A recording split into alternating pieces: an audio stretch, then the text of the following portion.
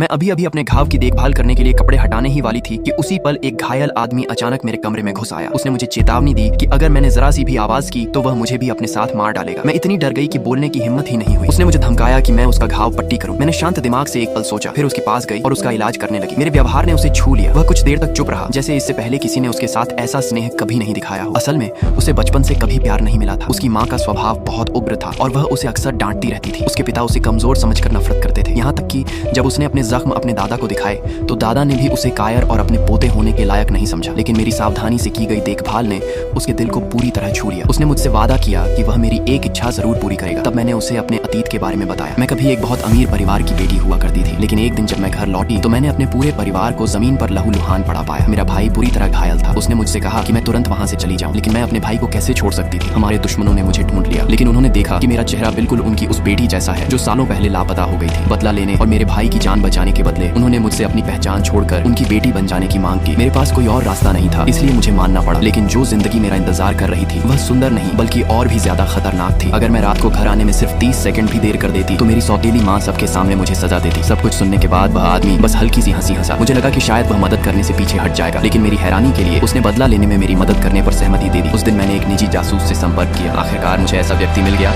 जो सच्चाई जानता था। मैंने उससे एक खुले कैफे में मिलने का इंतजाम किया, लेकिन जैसे ही हम मिले उसने मेरी पुरानी पहचान ली। फिर उसने मुझे धमकाया कि अगर मैं उसका कहना न मानूं तो वह सब उजागर कर देगा। ये देखकर कि मैं ज्यादा विरोध नहीं कर पा रही हूँ, उसने जबरदस्ती मुझे घसीटने की कोशिश की। मैंने बहाना बनाया कि मैं अपना बैग भूल आई हूँ और वापस मेज पर चली गई। जब उसका ध्यान नहीं था तो मैंने घबराहट में उस आदमी को मदद के लिए फोन किया, लेकिन मेरी घबराहट उसने देख ली। उसने सबके सामने मुझ पर हाथ डालने की कोशिश की और मुझे जमीन पर कसकर दबा लिया। आसपास खड़े लोग डर के मारे आगे नहीं आए। मैं बस मदद के लिए चीख सकती थी। उसी नाजुक पल में वह आदमी ठीक समय पर पहुंच गया। उसने हमलावर को जमीन पर पटक दिया और गुस्से में बोला, किसने इसे हिम्मत दी कि ये मेरी औरत को